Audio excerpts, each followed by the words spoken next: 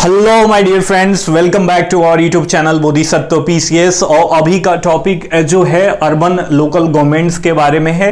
काफ़ी important topic है। यदि आप बीपीएससी मेंस की तैयारी को बहुत सीरियस ले रहे हो तो कंपटीशन को मेंटेन करने के लिए जो है आपको विभिन्न आयामों से अपने स्टैटिक पोर्शन और करंट अफेयर्स की तैयारी करनी पड़ेगी। इसी चीज को लेके हमने ये शुरू किया है। इसी चीज को ध्यान में रखते हुए द हिंदू का आर्टिकल है अर्बन लोकल गवर्नमेंट के बारे में। आरबीआई की एक रिपोर्ट आई थी, उस पे पूरा यह आर्टिकल जो है प्रकाशित किया गया है। इसमें हम देखेंगे कि अर्बन लोकल गवर्नमेंट के क्या ड्रॉबैक्स हैं, अभी क्या क्या कमजोरियां हैं, और इस रिपोर्ट में आरबीआई के द्वारा क्या सजेशन किया गया है कि सरकार को, या राज्य सरकार की बात करें या सेंट्रल गवर्नमेंट की, किस तरीके से काम करना चाहिए कि अर्बन लोकल बॉडी जो है फंक्शनली इंपावर्ड हो, उनको ऑटोनॉमी मिले और देश के विकास में जो है महत्वपूर्ण भूमिका निभाए।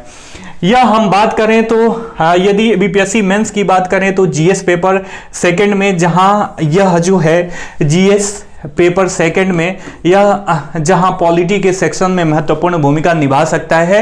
यहीं यदि पवेड की बात करी जाए तो इसमें लोकल गवर्नमेंट का जो चैप्टर है ऑप्शनल में भी यह काफी ज्यादा जो है सहायक सिद्ध हो सकता है और आपके आंसर राइटिंग के अप्रोच को जो है काफी डायनेमिक बना सकता है। तो आई होप कि आपको ये वीडियो पसंद आएगा। काफी ज्यादा मजा आने वाला है, काफी सारी चीजें जो है आपको यहां से सीखने को आज मिलेंगी। तो चलिए शुरू करते हैं। शुरू करने से पहले आपसे रिक्वेस्ट है, यदि चैनल पे नए हैं तो चैनल को सब्सक्राइब करके बेल का आइकन जरूर दबा दीजिएगा ताकि कोई भी लेटेस्ट नोटिफिकेशन आप तक आसानी से पहुंच सके और हम भी मोटिवेट हो सके इसी तरह से अच्छे कार्य करने को लेके। ठीक है। अर्बन गवर्नमेंट, आपको पता होगा कि हमारे संविधान के भाग 9 के क पार्ट में जो है अर्बन लोकल बॉडीज के बारे में चर्चा की गई है, अर्बन गवर्नमेंट के बारे में चर्चा की गई है, नगर पालिका के बारे में चर्चा की गई है। तो किस तरीके का कॉन्सेप्ट था कि लोकतांत्रिक विकेंद्रीकरण किया जाए और लोकल बॉडीज को इंपावर्ड किया जाए और अपने देश का जो है विकास किया जाए। लेकिन जो आरबीआई का हालिया रिपोर्ट है जिसका नाम है स्टेट फाइनेंस और स्टडी ऑफ बजट 2021-22, ठीक है, अर्थात राज्य वित्त और बजट 2021-22 का अध्ययन, इसमें बताया गया है कि जो आप कोविड-19 का सिचुएशन देखोगे तो आपको पता चलेगा कि अर्बन लोकल बॉडी जो है कितना महत्वपूर्ण भूमिका निभाई है इसको मैनेज करने में, इसको कंट्रोल करने में। ठीक है, ये एक पक्ष हो गया। इसमें ये बताया जा रहा है कि ये तो एक पक्ष हो गया, इसका जो है पॉजिटिव पॉइंट हो गया कि ये अच्छी बात है कि अर्बन लोकल बॉडीज ने जो है कोविड-19 को मैनेज करने में काफी महत्वपूर्ण भूमिका निभाई है। लेकिन जब वहां पे हम एक हायरार्की की बात करते हैं तो आपने देखा होगा कि प्रधानमंत्री जब सीएम से बात करते हैं तो उस लिंक में जो है डीएम भी अटैच होते हैं, लेकिन जो संवैधानिक मान्यताएं प्राप्त संस्थाएं हैं उनके किसी भी निर्वाचित सदस्य अर्थात नगर पालिका या पंचायत के किसी निर्वाचित सदस्य से जो है प्रधानमंत्री या मुख्यमंत्री या डीएम जो है उस लिंक में, उस वार्तालाप में नहीं शामिल हो पाए और उनसे जो है कांटेक्ट नहीं कर पाए। तो क्या यह केवल जो है डिजास्टर मैनेजमेंट को लेके ही यह दिक्कत बनी हुई है या अन्य सारी चीजों में भी यह प्रॉब्लम है? इस रिपोर्ट में पूरी चर्चा की गई है। ठीक है, इसमें बताया गया है कि इन नागरिक निकायों की कार्यात्मक जो स्वायत्तता है उसमें वृद्धि होनी चाहिए, जो अपने, क्योंकि इन्होंने ही इस डिजास्टर को मिटिगेट करने में, इसको कंट्रोल करने में सबसे अधिक महत्वपूर्ण भूमिका निभाई है। तो आरबीआई का रिपोर्ट यह कह रहा है कि इन नागरिक निकायों की जो फंक्शनल ऑटोनॉमी है अर्थात कार्य करने की जो स्वायत्तता है उसमें और अधिक वृद्धि होनी चाहिए, इसको और इंपावर्ड करना चाहिए। ठीक है, आपको आई होप कि आपको चीजें समझ में आ रही होंगी। ये भूमिकाएं हैं जो आरबीआई की रिपोर्ट कह रही है। उसके बाद significance of urban local body और सारी चीजों के बारे में हम देखने वाले हैं। ठीक है, उसके साथ साथ उन्होंने कहा कि उनकी शासन संरचना को भी मजबूत किया जाना चाहिए, कि जो भी उनका गवर्नेंस स्ट्रक्चर है ना अर्बन लोकल बॉडीज का, उसको भी जो है इंपावर्ड करना चाहिए। देखिए, मैं आपको बताना चाहूंगा कि जब भी आप आंसर राइटिंग लिखते हो तो जब तक आप उसको करंट अप्रोच के साथ और करंट स्टडी के साथ रिपोर्ट का इनपुट देके नहीं लिखोगे तो आपको नंबर नहीं मिलेगा। ठीक है, साधारण सा नंबर मिलेगा, 2 नंबर 4 नंबर। तब आप कहोगे कि हमने यहां से पढ़ा लेकिन नहीं मिला। लेकिन जो जो अच्छे स्टैंडर्ड बच्चे होते हैं, जो IIT IIM के बच्चे आके जो बीपीएससी की तैयारी कर रहे हैं, वे क्या करते हैं, द हिंदू और इंडियन एक्सप्रेस जैसे सरीखे स्टैंडर्ड न्यूज़पेपर के आर्टिकल को बहुत आराम से एक्सेस कर लेते हैं, लेकिन हिंदी मीडियम के छात्र जो है बिछड़ जाते हैं। तो आपको इनहेंस करने को, आपको इंपावर करने को लेके जो है ये मेरा प्रयास है, ठीक है। तो आप सपोर्ट कीजिए। इसमें बताया गया है कि पहले क्या बताया गया कि इनके जो फंक्शनल ऑटोनॉमी है इसको जो है मजबूत करना होगा, इसको इंपावर्ड करना होगा। इसके साथ साथ इनका जो गवर्नेंस स्ट्रक्चर है अर्थात शासन संरचना है, इसको भी मजबूत करना चाहिए। इसके बाद यह कैसे संभव है, इस रिपोर्ट में यह कहा गया है कि यह उच्च संसाधन उपलब्धता के माध्यम से इन्हें वित्तीय रूप से सशक्त बनाने के द्वारा जो है यह हो सकता है कि उनको संसाधन दो ताकि वो फाइनेंशियली काफी इंडिपेंडेंट हो और इंपावर्ड हो, तब जाके ये फंक्शनली इंपावर्ड होंगे और इनका जो गवर्नेंस स्ट्रक्चर है वो भी इंपावर्ड होगा और जो कोई भी कार्य है हमारे सोसाइटी में, हमारे समाज में, उसको ये करने में सक्षम होंगे और जो लोकतांत्रिक विकेंद्रीकरण के पीछे का उद्देश्य था वह पूरा हो पाएगा। ठीक है, तो हमने ये जाना भूमिका। ठीक है, अब देख लेते हैं क्यों इसके बारे में चर्चा करी जा रही है आरबीआई के इस रिपोर्ट में अर्बन लोकल बॉडी के बारे में। तो हम देख लेते हैं कि आखिर क्या सिग्निफिकेंस है अर्बन लोकल बॉडी का। ठीक है, हम क्यों इसको मजबूत करें। तो आपको डाटा, आप एज एस्पिरेंट आप क्या प्रदर्शित करोगे, डेटा के द्वारा साक्ष्य दोगे ना। तो वही डेटा इसमें बताया गया है कि भारत में लगभग 5000 जो है वैधानिक शहर हैं। अब ये मत पूछिएगा कि वैधानिक शहर क्या है, यदि आपने एनसीईआरटी पूरा पढ़ा होगा तो आपको पता होगा। नीचे कमेंट करके बताओ कि वैधानिक शहर किसे बोलते हैं। तो इसमें बताया गया है कि भारत में जो लगभग जो है अप्रॉक्स 5000 वैधानिक शहर हैं और इतनी ही संख्या में जो है जनगणना शहर हैं। ठीक है, आगे इस डेटा में बताया गया है कि अप्रॉक्स 35% आबादी जो है शहरी केंद्रों में रहती है और देश के सकल घरेलू उत्पाद अर्थात ग्रॉस डोमेस्टिक प्रोडक्ट का अप्रॉक्स 2/3 हिस्सा जो है शहरों से आता है। ये काफी इंपॉर्टेंट डाटा है। जब आप आंसर राइटिंग में इसका फीड दोगे ना तो आपके आंसर राइटिंग का अप्रोच जो है मल्टी डायमेंशनल होता है। ठीक है, और इसमें आगे बताया गया है कि लगभग 90% सरकारी राजस्व जो है शहरी केंद्रों से ही आता है। तो इतना सारा सपोर्ट है जब आपके इकोनॉमिकल स्ट्रक्चर को अर्बन बॉडी से या अर्बन एरिया से, तो इसका सिग्निफिकेंस आपको खुद ब खुद समझ में आ जाता है। क्योंकि यह लो स्टाटा का ये गवर्नेंस है, तो जब तक हम इसको मजबूत नहीं करेंगे, इसको स्वायत्त नहीं बनाएंगे, इसको और फाइनेंशियली और गवर्नेंस तरीके से इसको इंपावर नहीं करेंगे, तो ये खुद के कार्य जो है अच्छे तरीके से नहीं कर पाएंगे। और जब ये विकसित नहीं होगा तो राज्य विकसित नहीं होगा, राज्य विकसित नहीं होगा तो देश विकसित नहीं होगा। ठीक है, तो हमने देखा कि सिग्निफिकेंस ऑफ यूएलबी अर्थात अर्बन लोकल बॉडी क्या है इसके बारे में। ठीक है, अब हम देख लेते हैं कि इस रिपोर्ट में जो है आगे क्या बताया गया है। ठीक है, जो भी हम लिख रहे हैं ना, इसका हम अपने बिहार स्टेट से या यदि आप यूपी से हो तो यूपी के जो भी लोकल बॉडीज हैं वहां के जो प्रॉब्लम है उनका साथ में साथ जो है कंपैरिजन और उदाहरण देते चलोगे तो आपका जो है आंसर राइटिंग जो है वो लोकलाइज्ड हो जाएगा। ऐसा लगेगा कि इसको अपने राज्य की भी समझ है। ठीक है, अब देखिए महामारी की चुनौतियां और शहरी निकाय, एक केस स्टडी हम देख लेते हैं कि जो महामारी की चुनौतियां आई थी अभी भी है और शहरी निकायों का क्या रोल है इसके बारे में बताया गया है। ठीक है, इसमें यह बताया गया है कि जो महामारी की चुनौतियां हैं इसको सामना करने में शहर की सरकारों की भूमिका की सही पहचान करते हुए रिपोर्ट जो है संसाधनों की निकासी की ओर भी इशारा करता है। इस रिपोर्ट में आरबीआई के द्वारा 221 नगर निगमों 2020-21 में जो है 221 नगर निगमों के एक आरबीआई सर्वेक्षण से यह पता चला है कि 70% से अधिक ने राजस्व में गिरावट देखी है। जो भी अर्बन लोकल बॉडीज हैं उनका जो राजस्व है, उनका रेवेन्यू है, रेवेन्यू कैपेसिटी है, उसमें 70% का डिक्लाइनेशन देखा गया है।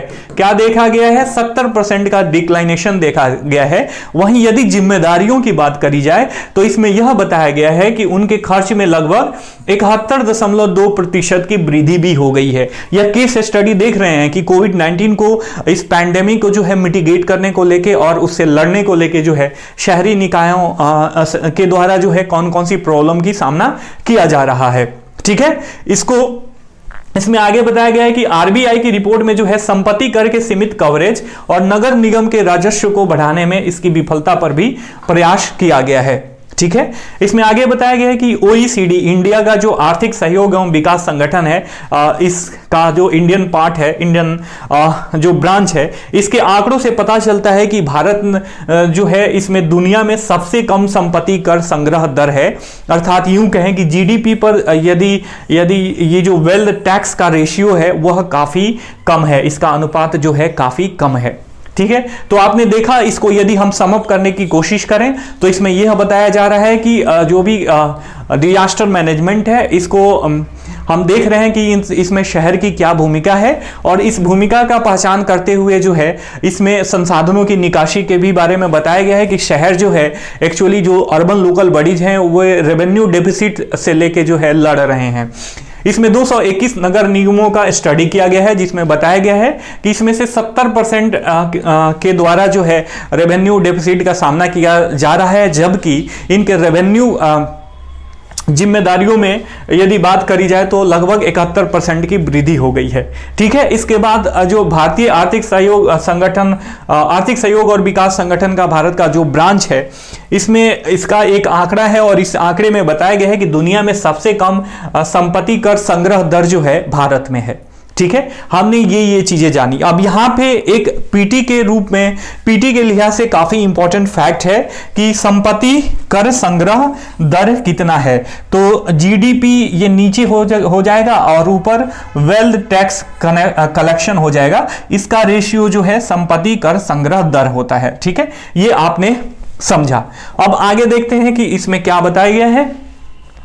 अब देखिए, इसमें अब इसके प्रॉब्लम के बारे में बताया गया है। हमने पैंडेमिक से मिटिगेट का और पैंडेमिक को मिटिगेट करने में और लड़ने में जो है अर्बन लोकल बॉडीज को फाइनेंशियली प्रॉब्लम हो रही है, ये बात तो हमने जाना। और क्या क्या प्रॉब्लम्स है इसके बारे में इस रिपोर्ट में बताया गया है। काफी इंपॉर्टेंट है माय डियर फ्रेंड्स। यदि पब्लिक एड में यह क्वेश्चन पूछे तो ये सारे जो है पॉइंट्स लिख के आप काफी ज्यादा जो है नंबर गेन कर सकते हो।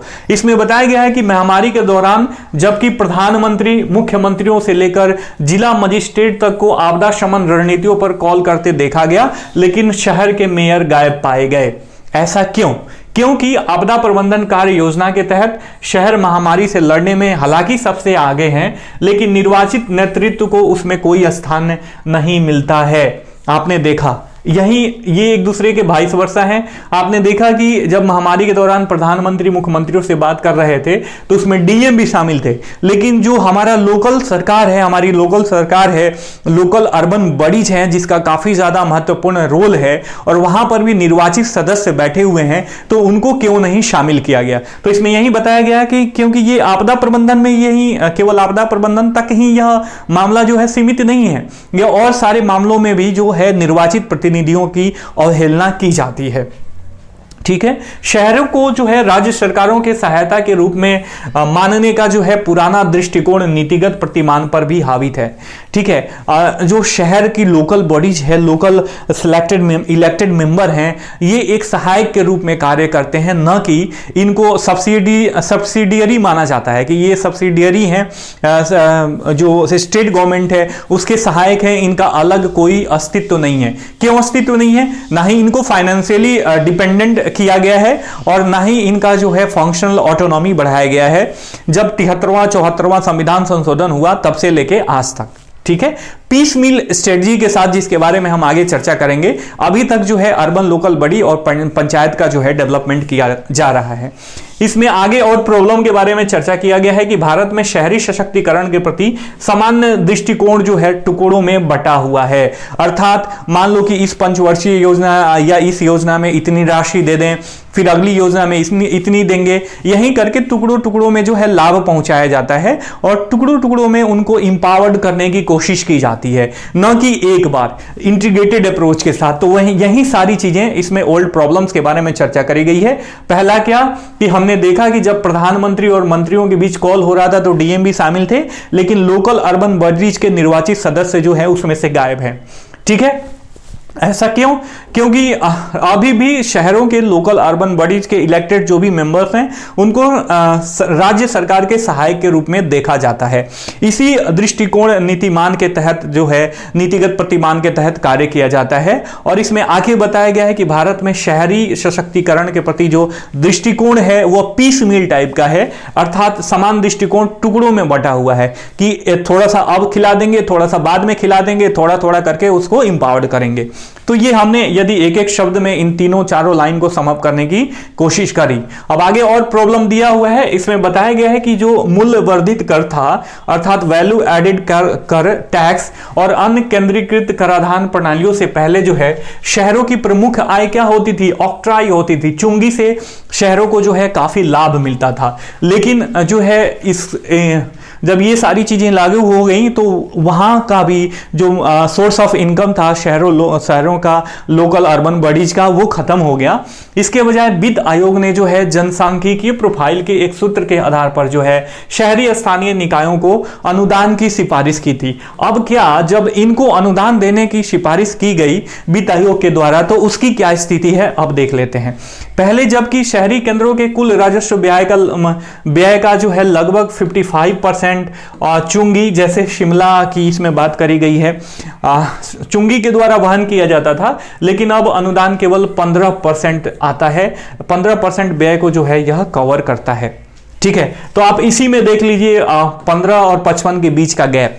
ठीक है, ऐसी स्थिति में जो है कस्बों के लिए अपने न्यूनतम कार्यों को करने की क्षमता को बनाए रखना काफी मुश्किल है, और खासकर नवीनतम वेतन आयोग की सिफारिशों के साथ, क्योंकि इसके परिणाम स्वरूप लोगों पर अधिक करों का बोझ और नगर पालिकाओं की सेवाओं का निजीकरण, आउटसोर्सिंग का दुष्चक्र भी बन गया है। देखिए, इसको यदि मैं समअप करना चाहूं तो ये कहना चाह रहे हैं इस रिपोर्ट के द्वारा कि देखिए, पहले जब ये वैल्यू एडेड कर था या और अन्य जो सेंट्रलाइज्ड टैक्सेशन सिस्टम आने से पहले जो शहरों का मुख्य स्रोत था ना रेवेन्यू का, वह ऑक्ट्राई था अर्थात चुंगी था।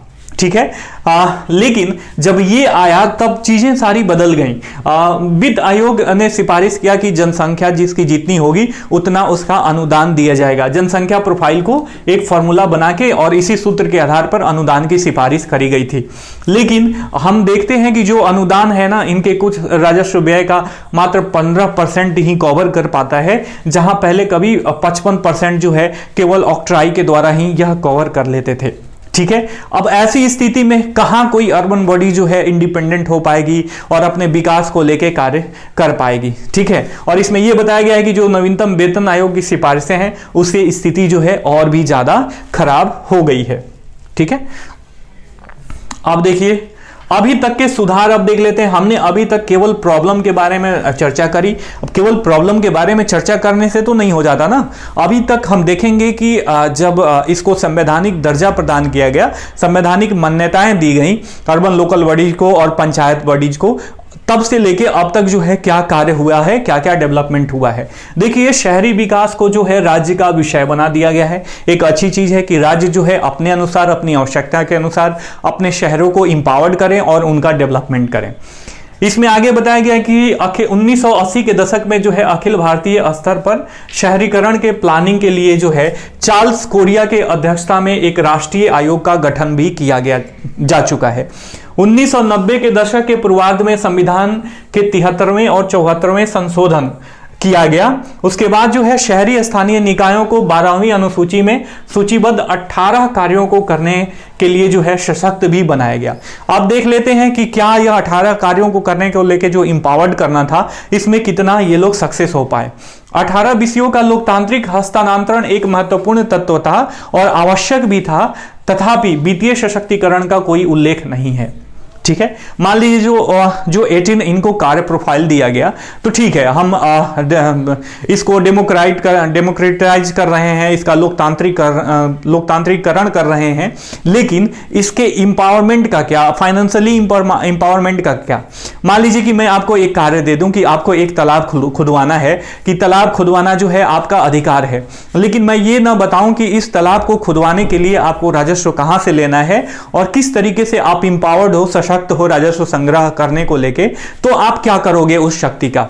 तो वही बात यह कह रहा है कि 18 विषयों का जो है लोकतांत्रिक हस्तांतरण जो है काफी महत्वपूर्ण कदम था, चलिए मैं मान लेता हूं, लेकिन इसको पूरा करने के लिए हमें पैसा भी तो चाहिए। तो हम फाइनेंशियली सशक्तिकरण हो, फाइनेंशियली हम इंपावर्ड हो, इसको लेके तो आपने कोई स्टेप ही नहीं उठाया। इसके बारे में चर्चा किया गया है, ठीक है। लेकिन इसमें एक अपवाद भी दिया गया है केरल का। केरल का जो अभी स्ट्रक्चर है काफी बढ़िया है। केरल का जन योजना मॉडल है ये, केरल का काफी इंपॉर्टेंट है, ध्यान में रखिएगा। इसमें जहां राज्य के योजना बजट का 40% जो है स्थानीय निकायों को दे दिया जाता है, सीधे के सीधे ट्रांसफर कर दिया जाता है, ठीक है। और इसके लिए यह महत्वपूर्ण विषयों जैसे कि योजना आदि के हस्तांतरण के लिए है। केरल में ऐसा कर दिया जाता है कि भाई 40% जो है हम डायरेक्ट तुम्हें लेते हैं, तुम अपने अनुसार योजना बनाओ और अपना डेवलपमेंट करो, ठीक है। वहीं इसमें आगे बताया गया है कि शहरी केंद्रों में उनकी संरचनाओं और भूमि कानूनों को लचीला बनाकर निवेश आकर्षित करने के लिए प्रतिस्पर्धी उदाहरण के विचार से अधिक जोड़ा गया था, ठीक है। केवल शहरी केंद्रों को जो है भूमि कानून को लचीला बना दो और यहाँ पे इन्वेस्टमेंट कराओ, ये कराओ, ये सब मुख्य उद्देश्य नहीं था। उससे आगे भी बढ़ के जो है उद्देश्य था, लेकिन उस उद्देश्य को पूरा करने में अभी भी जो है हम काफी पीछे रह गए हैं, ठीक है। तो हमने ये भी देख लिया, जो भी प्रॉब्लम थी सबके बारे में चर्चा कर लिया।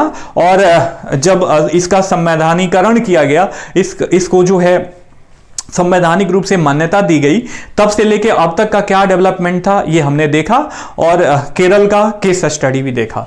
अब देखिए, अब कोई आपसे पूछे कि ठीक है भैया तुमने प्रॉब्लम गिना दिया और तब से लेके 73वें 74वें अमेंडमेंट से लेके अब तक क्या डेवलपमेंट हुआ इसके बारे में गिना दिया। अब बताओ कि यदि इसको फंक्शनली इंपावर्ड करना हो और आर्थिक रूप से भी सशक्त करना हो तो क्या क्या करना चाहिए। तो इस रिपोर्ट में सजेशन दिया गया है कि ये 3FS का जो है हस्तांतरण करके हम किसी भी अर्बन लोकल बॉडी को, अर्थात यूं कहें कि सिटी गवर्नमेंट्स को जो है हम इसका फंक्शनल ऑटोनॉमी स्थापित कर सकते हैं, इसको दे सकते हैं, ठीक है। इसमें एक F स्टैंड करता है फंक्शन से, कार्य से, अर्थात कार्य का ट्रांसफर।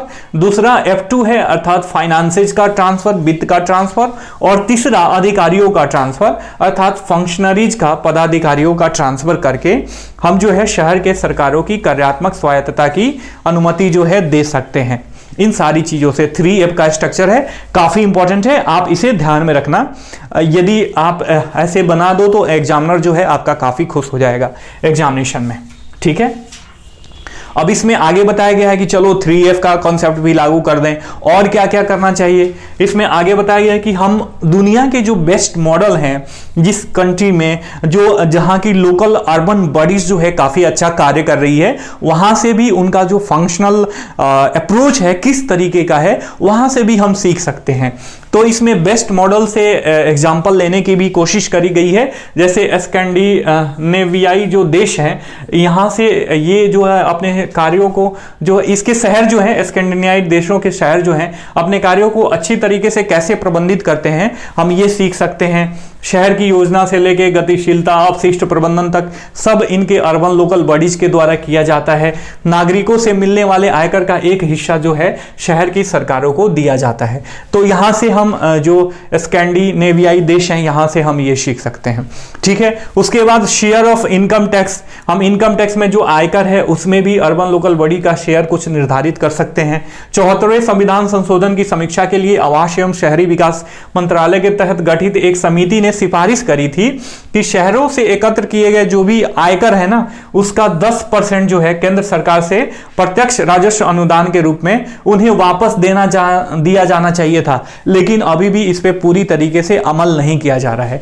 तो हम शेयर ऑफ इनकम टैक्स भी कर सकते हैं अर्बन लोकल बॉडीज को, ताकि उनके पास राजस्व आए और वे अपने जो संविधान के द्वारा या सरकार के द्वारा जो भी कार्य दिए जा रहे हैं उसके लिए वे कार्य करने में सक्षम हो। अब देखिए, अब हाल ही में आपने देखा होगा कि पिछले दिनों स्मार्ट सिटी का कॉन्सेप्ट आया। आप नीचे कमेंट करके बताओ कि स्मार्ट सिटी योजना कब लागू हुई थी, ठीक है। और बिहार के कितने जो सिटीज हैं वो स्मार्ट सिटीज के अंतर्गत शामिल हैं। तो स्मार्ट सिटी में भी पीसमील अप्रोच अपनाया जा रहा है, एक साथ इंटीग्रेटेड अप्रोच के साथ कार्य नहीं किया जा रहा है। तो यह कह रहा है, इस रिपोर्ट के अनुसार आरबीआई कहने की कोशिश कर रहा है कि there is nothing smart in smart city concept, ठीक है, क्योंकि आप अभी भी पीस मील अप्रोच के साथ जो है इस अर्बन लोकल बॉडीज को डेवलप करने की बात कर रहे हो और सारी चीजें करने की बात कर रहे हो, तो बिना इंटीग्रेटेड अप्रोच के आप किसी भी सिटी को स्मार्ट सिटी बना ही नहीं सकते। तो यही बताया जा रहा है कि स्मार्ट सिटी की अवधारणा जैसे टुकड़े टुकड़े दृष्टिकोण को जो है पूरी तरीके से त्याग दिया जाना चाहिए। यह दृष्टिकोण लोगों के विभिन्न समूहों के बीच की खाई को और चौड़ा करता है। ठीक है, अब मान लीजिए कि आप टारगेट करते हो, जैसे हमारा बिहार हो गया, तो बिहार का मुजफ्फरपुर या गया को आप टारगेट कर रहे हो, पटना को टारगेट कर रहे हो, तो इन सिटियों को जो है जो ऑलरेडी कुछ हद तक डेवलप्ड हैं, इनमें कुछ आप हेर फेर करके कुछ सुधार करके यदि अंततोगत्वा आप स्मार्ट सिटी बना भी दोगे तो इससे क्या हो जाएगा, और अन्य जो सिटीज हैं उनका क्या होगा। तो ये एक जो गैप है एक हाई प्रोफाइल सिटी का लो प्रोफाइल सिटी का, ये तो काफी बढ़ जाएगा और वहां के जो लोग हैं उनके विकास की जो गति है वो भी काफी चेंज हो जाएगी। तो लोगों के बीच ऑलरेडी जहां इस अभी के समय में लोगों के बीच जो है इकोनॉमिक गैप बहुत ज्यादा बढ़ते जा रहा है, तो ये आपका कॉन्सेप्ट जो है इसको और बढ़ाने की कोशिश कर रहा है, न कि मिटाने का। तो इन्होंने कहा कि स्मार्ट सिटी की अवधारणा में जो पीसमील अप्रोच है उसको आप ड्रॉप आउट करो और इंटीग्रेटेड अप्रोच अपनाओ। ठीक है, थोड़ा सा बड़ा है लेकिन इसमें क्वालिटीज ऑफ कंटेंट बहुत हाई हैं और यदि आप इसको ग्रास्प कर लिए तो आपको जो है आंसर राइटिंग में इस टॉपिक पे यदि कोई पूछ दे, और मैं आपको बताना चाहूंगा मेरा काफी खासा अनुभव है कि आप किसी भी टॉपिक को तैयार करते हो ना, तो उस टॉपिक से डायरेक्ट अगर क्वेश्चन न भी पूछे तो कोई ऐसा रिलेवेंट टॉपिक पूछता है, क्वेश्चन पूछता है जहां पे उसका आप फीड जो भी आप उससे सीखे हो, जो टॉपिक अभी पढ़ रहे हो उसका फीड देते हो, तो उस आंसर राइटिंग का डायनेमिक अप्रोच होता है और अच्छे मार्क्स मिलते हैं। ठीक है, मेंस में। इसके बजाय इसमें आगे बताया गया है कि केंद्र से अनुदान भी बढ़ाया जाना चाहिए। केंद्र से क्या करना चाहिए, अनुदान भी बढ़ाओ और शहरों को जो है शहर के निवासियों की प्राथमिकता के आधार पर अपनी योजनाओं को स्वयं तैयार करने के लिए उनको मतलब कहो। इसमें आगे बताया गया है कि शहरों में नेतृत्व को 5 साल की अवधि के लिए चुना जाना चाहिए। बहुत सारे अर्बन लोकल बॉडीज हैं जिसमें मेयर का चुनाव 1 साल के लिए होता है, तो इसमें बताया गया है कि 5 साल के लिए तो एटलीस्ट होना ही चाहिए। जो हमारी लोकतांत्रिक प्रक्रियाएं हैं जिसमें चुनाव होता है 5 साल के लिए। ठीक है, इसमें तीसरे एफ यानी जब हमने कहा था कि फंक्शनरी का ट्रांसफर हो, तो इसमें बताया गया है कि पदाधिकारियों को अस्थायी कैडर वाले शहरों में स्थानांतरित किया जाना चाहिए। तो ये था हमारा अप्रोच कि क्या क्या होना चाहिए, क्या क्या किन किन तरीकों से जो है हम functional autonomy urban local bodies का बढ़ा सकते हैं। ये काफी इंपॉर्टेंट है, हमने देख लिया। अब देखिए हमारा कंक्लूजन क्या होता है, what needs to be done, क्या करना चाहिए सरकार को। हमारा कंक्लूजन सरकार की नीतियों की जो है खामियां बता के नहीं होना चाहिए, पॉजिटिव अप्रोच के साथ होना चाहिए। तो क्या बताया गया है इसमें, शहरों को शासन के महत्वपूर्ण केंद्रों के रूप में माना जाना चाहिए जहां लोकतांत्रिक विकेंद्रीकरण जो है आश्चर्यजनक परिणाम ला सकता है। अब एक बात बताओ, मैं आपसे एक चीज पूछता हूं, लोकलाइजेशन क्यों किया गया गवर्नेंस का, या डेमोक्रेसी का विकेंद्रीकरण क्यों किया गया? क्योंकि जो लो लेवल लो स्टार्टा का जो हमारा गवर्नेंस है वहां के लोग जो इलेक्ट होके माफ कीजिएगा, जब लोकल बॉडीज में जाते हैं तो उनको लोकल चीजों के बारे में ज्यादा जानकारी होती है, क्या प्रॉब्लम्स हैं, क्या अच्छाइयां हैं, क्या बुराइयां हैं, कहां पे कार्य करना है, तो वो काफी ज्यादा अच्छी तरीके से जानते हैं। और यदि डिस्ट्रिक्ट एडमिनिस्ट्रेशन के साथ उनका कोलैबोरेशन हो बढ़िया तरीके से और सरकार के द्वारा फंडिंग हो और इन लोकल बॉडीज को बढ़िया से इंपावर्ड करें, तो वे चीजों को, वो प्रॉब्लम को ज्यादा टारगेट करके कार्य करेंगे और अपनी आवश्यकता अनुसार प्लानिंग करके जो है अर्बन लोकल बॉडीज को या अर्बन एरिया को काफी डेवलप कर सकते हैं। और जब खुद चूंकि urban local body is a part of our state and a state is a part of our country, तो जब ये एक विकसित होगा तो दूसरा विकसित होगा, दूसरा विकसित होगा तो अंततः तीसरा विकसित होना ही है। तो वही बात बताई जा रही है कि शहरों के शासन को जो गवर्नेंस है लोकल अर्बन बॉडीज का, उनका जो है उनको महत्वपूर्ण केंद्रों के रूप में माना जाना चाहिए। दूसरा कि शहरों को उद्यमिता के स्थान पे कि केवल यहां पे आके आप उद्यमी बनो, बिजनेस व्यापार करो, इस तरीके का डेवलपमेंट नहीं होना चाहिए जहां एकमात्र प्रेरक शक्ति उन्हें निवेश आकर्षित करने के लिए प्रतिस्पर्धी बनाना है, बल्कि संसाधनों पर पर्याप्त ध्यान देके उन्हें नियोजित विकास के लिए स्थान के रूप में माना जाना चाहिए। ठीक है, प्लान्ड रूप से जो है उनका विकास हो शहरों का, तब जाके ये ज़्यादा सही रहेगा। ये नहीं कि भैया हाँ कोई आए और केवल निवेश करे शहरों में, ऐसे विकास नहीं होना चाहिए। काफ़ी इंटीग्रेटेड विकास होनी चाहिए। आप देख रहे हो कि कभी बारिश हो जाती है तो हमारे मेट्रोपॉलिटन सिटी का क्या हाल होता है। बम्बे की बात करें, दिल्ली जो कि हमारी राजधानी है, क्या हालत हो जाती है, बाढ़ आ जाती है, यातायात बाधित हो जाता है, ऑफिस बंद हो जाते हैं, स्कूल बंद हो जाते हैं।